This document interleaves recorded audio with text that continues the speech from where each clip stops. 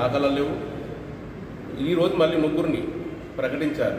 వాళ్ళ అదుపులో పెట్టుకున్న కొంతమంది ఆదివాసులని ఎన్కౌంటర్ అని కట్టుకతాలారు. ఎట్లా అంటే వీళ్ళు ముగ్గురిని చంపివేస్తే ఎన్కౌంటర్ కాదు అని ప్రజలు కానీ ప్రజాస్వామికవాదులు కానీ తెలిసిపోతుందని ఆలోచనతో ఈ ముగ్గురిని చంపడం వెనక ఏంటంటే 28 మంది ఉన్నారు అంటే ఎన్కౌంటర్ జరిగింది, ఇది అడవులలో ఎన్కౌంటర్ జరిగిందని కట్టుకథ అల్లడానికి ఈ నంబాల కేశవరావు ఉన్న కామ్రేడ్ ముగ్గురిని ఇది ఎన్కౌంటర్ అని కట్టుకథ అల్లిన కేంద్ర ప్రభుత్వం.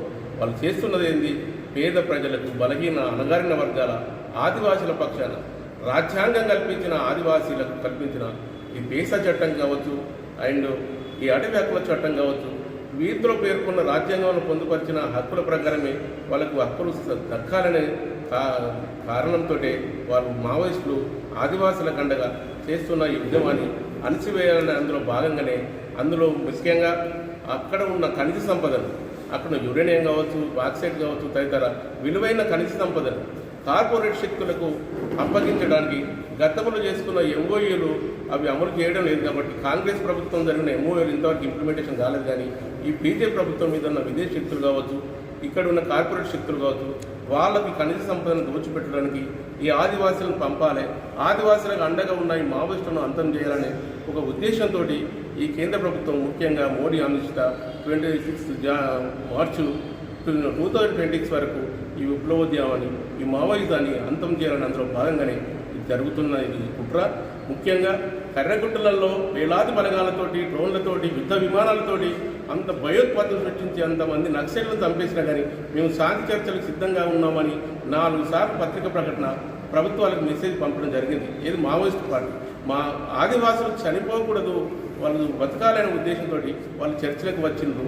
దానికి ప్రజా సంఘాలు కావచ్చు, పౌర హక్కుల సంఘాలు కావచ్చు, రాజకీయ పార్టీలు, అన్ని సబ్బండ జాతులు, వర్గాలు, కులాలకు అతీతంగా అన్ని విప్లవ పార్టీలకు తో పాటు ఈ వామపక్ష కమ్యూనిస్ట్ పార్టీలు, అందులో ముఖ్యంగా టీఆర్ఎస్ పార్టీ కూడా, కేసీఆర్ కూడా లక్షలాది జనాభా 5-6 లక్షల జనాల ముందు కూడా అతను ఒక తీర్మానం కూడా చేయడం జరిగింది. అందరి ముందు కూడా మనం లెటర్ రాసి పంపిద్దామా కేంద్ర ప్రభుత్వానికి, చర్చలు చేద్దామా, ఈ మరణహోమాన్ని ఆపేద్దామా, కేంద్ర ప్రభుత్వం చేస్తున్న మరణకాండను కూడా కేసీఆర్ లక్షలాది జనాలలో మాట్లాడడం వల్ల జనాలు కూడా ఆమోదించి తప్పకుండా చర్చలు జరగాలి అని వాళ్ళందరూ కూడా ప్రకటించడం జరిగింది. అంతలోనే కాంగ్రెస్ ప్రభుత్వం కూడా, రేవంత్ రెడ్డి కూడా ఇది సామాజిక ఆర్థిక సమస్యను చూస్తామని చెప్పారు.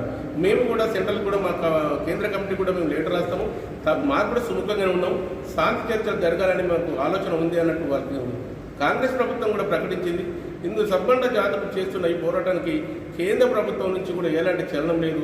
ఈ మరణకాండను, నక్సలిజాన్ని, ఈ మావోయిజాన్ని అంతం చేయాలనే ఉద్దేశంతో ఈ మావోయిజాన్ని అంతం చేసినాక, ఈ నక్సలిజాన్ని అంతం చేసినాక వాళ్ళ అంతిమ టార్గెట్ ఏంటంటే ముస్లింలను, తదనంతరం ఏంటంటే ఈ క్రైస్తవులను అంతమందించి ఈ భవిష్యత్తులో ఈ మతోన్మాద మాకు హిందూ రాజ్యం స్థాపించాలని వాళ్ళు కళ్ళగంటున్నారు. ముఖ్యంగా ఇక్కడ వీళ్ళు చేస్తున్న ఈ మరణకాండను ప్రజాస్వామికవాదులుగా అండ్ పౌరకుల సంఘంగా మేము ఖండిస్తున్నాము. ఈ ఏదైతే నంబాల కేశవరావును హత్య చేసిరో దాని మీద సుప్రీంకోర్టు న్యాయమూర్తితో విచారణ జరిపించాలని, భవిష్యత్తులో తప్పకుండా ఇప్పటికైనా చర్చలకు వచ్చి ఈ సమస్యను శాంతియుతంగా పరిష్కరించి వాళ్ళు పెట్టే డిమాండ్స్ ఏముంటాయల్లా. కాకపోతే ఆదివాసుల పక్షాన అక్కడ ఉన్న వాళ్ళు విద్యుత్ సౌకర్యం కల్పించాలని అడగవచ్చు, లేకపోతే వాళ్ళ భూమి కావాలని అడగవచ్చు, ఆడ వాళ్ళ కనీస సంపద మన దేశానికి చెందాలని అడుగుతున్నారు. విదేశీ కార్పొరేట్ శక్తులకు అప్పగించకుండా మన దేశ సంపద మనకే కావాలని వాళ్ళు డిమాండ్ చేస్తున్న పాపన వాళ్ళని చంపడానికి, వాళ్ళని అంతబంధించడానికి ఏదైతే మోడీ అమిత్ షా వాళ్ళు పూనుకున్నారో భవిష్యత్తులో వాళ్ళకి రాజకీయ సన్యాసం, భవిష్యత్తులో ఇదే ప్రజలు తిరుగుబాటు చేసి వాళ్ళకి పదవులు శాస్త్రం కాదు, ఏదో ఒక రోజు వాళ్ళకి ప్రజలు బుద్ధి చెప్తారని డిమాండ్ చేస్తూ ఇప్పటికైనా చర్చలకు వచ్చి దీన్ని శాంతియుతంగా పరిష్కారం చేయాలని మేము కేంద్ర ప్రభుత్వాన్ని డిమాండ్ చేస్తున్నాం.